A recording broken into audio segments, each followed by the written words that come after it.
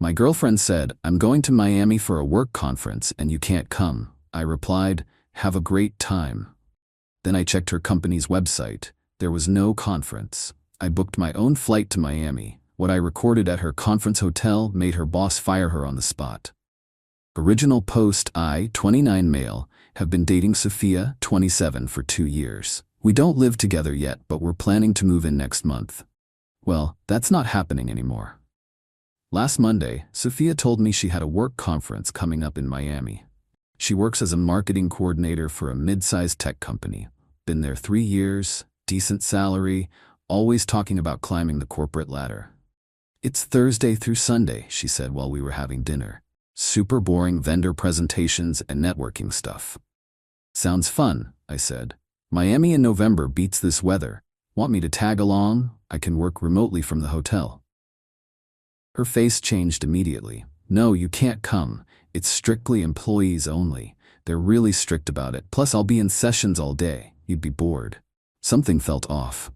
We'd been planning a Miami trip for months that kept getting postponed because of her work commitments. Now she's going alone? That's cool, I said. Have a great time. Bring me back some Cuban coffee. She relaxed, kissed me, and changed the subject. Tuesday morning, I was at work when curiosity got the better of me. Went to her company's website. They have a whole section for events and conferences. Nothing. Checked their social media. Nothing about Miami. Looked at their press releases. Nada. Called my buddy Diego, who works in IT at a competing company. Hey, is there some big tech marketing conference in Miami this week? Not that I know of. Why? Just wondering. Sophia says she's going to one. Dude, maybe check on that. I spent lunch digging deeper. Her company's event calendar was public. November showed a virtual webinar on Tuesday and a local Chamber of Commerce mixer. No Miami, no conference. My stomach dropped, but I kept my cool. Wednesday evening, Sophia was packing. Designer dresses, heels, bikinis. That's a lot of swimwear for vendor presentations, I joked. The hotel has a nice pool. Might get some sun between sessions. Which hotel? The Fontainebleau. Company always goes all out. I nodded, gave her a kiss goodbye Thursday morning, and watched her leave for the airport. Then I called in sick to work and booked myself on the noon flight to Miami.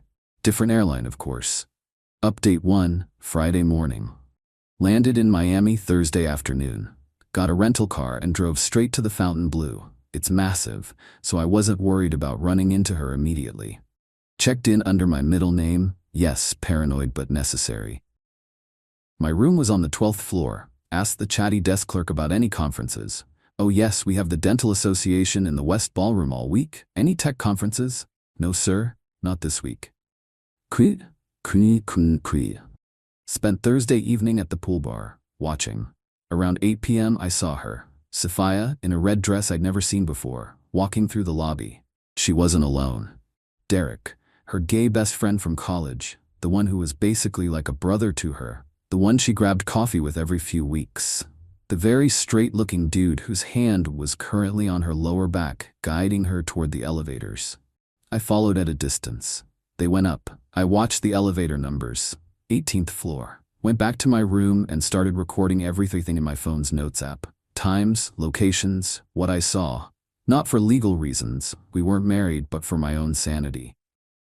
Friday morning, I positioned myself at the breakfast buffet with a clear view of the elevators. 7:42 a.m., they came down together. Sophia in shorts and a tank top, Derek in swim trunks. Both laughing, him whispering in her ear. They headed to the pool. I followed, sat at the bar with a coffee and my laptop pretending to work. They got a cabana, ordered champagne at 9 a.m. Started making out by 9:15. I took a video. Not creepy long, just 30 seconds of them kissing, him rubbing sunscreen on her back, her giggling and pulling him in for more. Clear faces, clear timeline stamp. The best part? Sophia posted an Instagram story.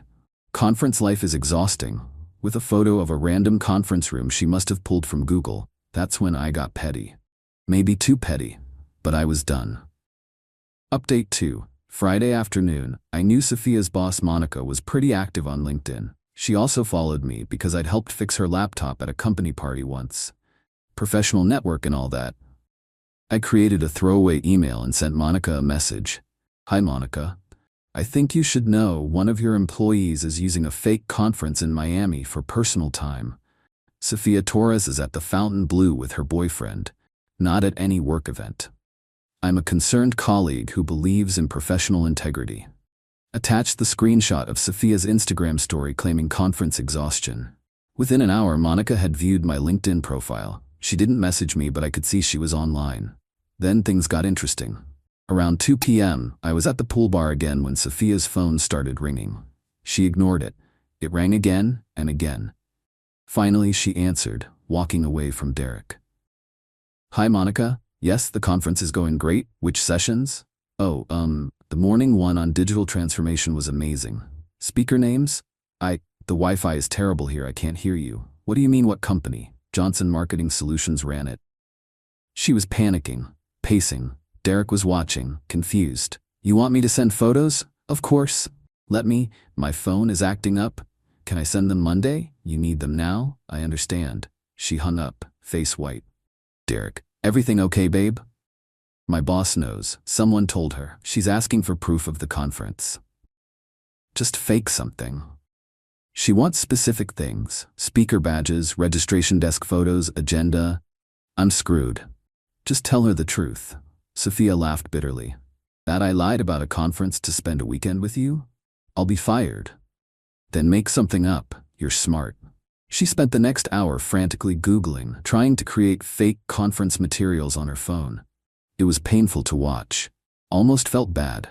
Almost. Around 4 p.m. her phone rang again. Monica. Hi, Monica. I understand. Yes, I'll be on the next flight. No, yes, ma'am. I understand. She hung up and started crying. Derek tried to comfort her. Sofia, she wants me in the office tomorrow morning. She knows I lied. How? Someone sent her proof I'm not at a conference. Who would do that? Your boyfriend doesn't know you're here, right? No, he's clueless. Probably gaming at home. The disrespect. I was right there, 20 feet away, and she thought I was too stupid to figure it out. Update 3. Saturday. Sofia flew back Friday night. I stayed until Saturday afternoon because, well, I'd paid for the room and Miami is nice. Saturday morning, I got a text from her. Conference ending early. Boss emergency. Be home tonight. Love you. Still lying. Even when caught, still lying. I flew back Saturday evening. When I got home, I had 14 missed calls from Sofia and a bunch of texts. We need to talk. Please call me. It's not what you think. I can explain everything. I know you know. Please don't leave me. I didn't respond. Instead, I went to my apartment and started packing her stuff. She had a drawer, some clothes, toiletries, couple of books. Put it all in a box. Sunday morning, she showed up at my door. Mascara smeared, looking rough. Sofia, can we talk? Me, sure. Here's your stuff. Please, just listen. It wasn't supposed to happen. What wasn't? The fake conference? The weekend with Derek? We're getting caught? You were the one who told Monica? Me, does it matter? You followed me to Miami? I went to Miami. Whether I followed you or not isn't really the issue here. That's stalking. Me, is it? I went to a public hotel in a city I'm free to visit. You're the one who lied about a work conference to cheat with your gay best friend. She started crying harder. I got fired. Consequences. How am I supposed to pay rent, my car payment? Not my problem anymore. 2 years, you're throwing away 2 years. You threw it away when you booked that hotel room. Derek means nothing. It was just a fling. Cool story. Still done. She tried to push past me into the apartment. I blocked her. I need to get my charger. It's in the box. Everything's in the box. You're being cruel. I'm being done. Update 4. The aftermath. That was a week ago. The drama since then has been exhausting. First, Derek reached out. This dude had the audacity to DM me on Instagram. Hey man, I know you're hurt, but Sofia and I have something real. I hope you can respect that and move on peacefully. I replied, she's all yours, champ. Good luck with someone who lies to everyone. He blocked me. Then came Sofia's mom, Carol. She called me Monday night. Carol, how could you get my daughter fired? I didn't. Her lies got her fired. She made one mistake. She made dozens of lies. The conference, the relationship with Derek, the gay best friend's story. That's not one mistake. That's a pattern. She's devastated. Funny way of showing it. You ruined her career over personal issues. She ruined her career by defrauding her company. Using fake work trips for personal vacation is called theft of company time. You're vindictive. I'm single. Have a nice day. Tuesday, Sophia tried a different approach. Showed up with coffee and donuts from my favorite place. Can we just talk? As friends? We're not friends. I made a mistake, but I don't deserve to have my life ruined. You ruined your own life. I just refuse to be part of it. Monica won't give me a reference. I can't get another job. McDonald's is hiring. That's mean. That's reality.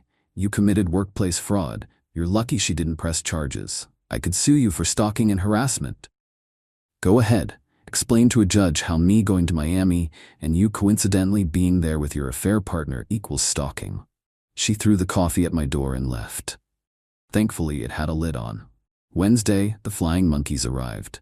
Her friends started texting. You went too far. Getting her fired was psycho behavior.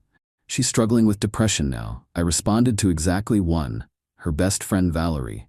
She lied to me, her job, and apparently you all about Derek being gay. Maybe ask yourself what else she's lied about. Valerie didn't reply, but I heard through mutual friends that she found out Sophia had been hooking up with her ex last year. The friend group imploded. Thursday. Plot twist. Monica called me. Mana, I wanted to thank you. For? We investigated after your tip. Sophia had filed false expense reports for 3 other conferences this year. Nearly $12,000 in fraudulent claims. Holy sh! I had no idea. We're pursuing legal action. Might need you as a witness. Happy to help. Also, do you still do IT consulting? We need someone trustworthy. Got myself a new client out of this mess. Silver lining. Final update. It's been 3 weeks now since Miami. Here's where everyone ended up. Sophia is living with her parents. Derek dumped her the moment he found out she lost her job. Guess he was only interested when she could afford weekend getaways. She's been posting inspirational quotes on Instagram about rising from the ashes and betrayal from loved ones. The irony is lost on her. She tried one last manipulation yesterday. Sent me a long email about how she's been diagnosed with anxiety and depression, how this whole situation triggered past trauma, how I should feel guilty for ruining her mental health. I forwarded it to my lawyer friend who said to keep it in case she tries anything legal. The criminal charges from her company are moving forward. Turns out those 3 fake conferences included a Vegas summit, girls' trip with her sister, a Denver training, ski weekend with Derek, an Austin workshop, music festival. Each time she filed expense reports for flights, hotels, and per diem meals. That's fraud. Like potential jail time fraud. My part in all this? I gave a deposition about finding her in Miami when she said she was at a conference. That's it. Everything else was her own doing. The wildest part? Found out through the grapevine that I wasn't even her only boyfriend. She'd been telling Derek they were exclusive while telling me the same thing. There was also a guy named Nathan she was networking with who thought they were dating. Derek messaged me again, "Bro, I didn't know about you. She played us both." I left him on read, not interested in bonding over mutual stupidity. As for me, I'm good. Better than good, actually. That client referral from Monica turned into a steady contract. I'm making an extra $3K a month doing their IT consulting. Started therapy to deal with trust issues because, finding out your girlfriend is basically running a romance Ponzi scheme messes with your head, but my therapist says I handled it pretty well, all things considered. The best revenge? Living well. And also her facing federal fraud charges, but mostly living well. Oh, and I did go back to Miami last weekend. Alone. Had a great time, stayed at a different hotel, met some cool people. Even ran into the chatty desk clerk from the Fountain Blue at a bar. He remembered me as conference detective guy and bought me a drink. "Did you ever find that tech conference?" he asked with a knowing smile. "Nope," I said, "but I found the truth. Sometimes that's worth more." Indeed it is. To everyone saying I went too far, she destroyed her own life with lies and fraud. I just refused to be another casualty. To everyone saying I should have just confronted her directly. Why? So she could lie more? Gaslight me into thinking I was crazy? Delete evidence? Nah. Sometimes the best response to betrayal isn't revenge, It's just stepping aside and letting Karma handle the paperwork. In this case, Karma's name was Monica from HR, and she did not come to play. I'm done with this chapter. Moving forward, trust but verify, and always check the company website for those work conferences. Peace out. Edit. For everyone asking, yes, this is legal. Recording in public spaces like hotel pools is legal. Reporting suspected fraud is legal. Going to Miami is legal. Stop DMing me about stalking laws when you clearly don't understand them. Edit 2. No, I'm not interested in getting back with her. Stop suggesting couples therapy. Some things can't be fixed with counseling, like fraud and banging Derek. Edit 3. Derek is actually facing his own problems now. Apparently, he was using his company credit card for these trips with Sophia. His boss found out after my story made rounds in our industry. Play stupid games.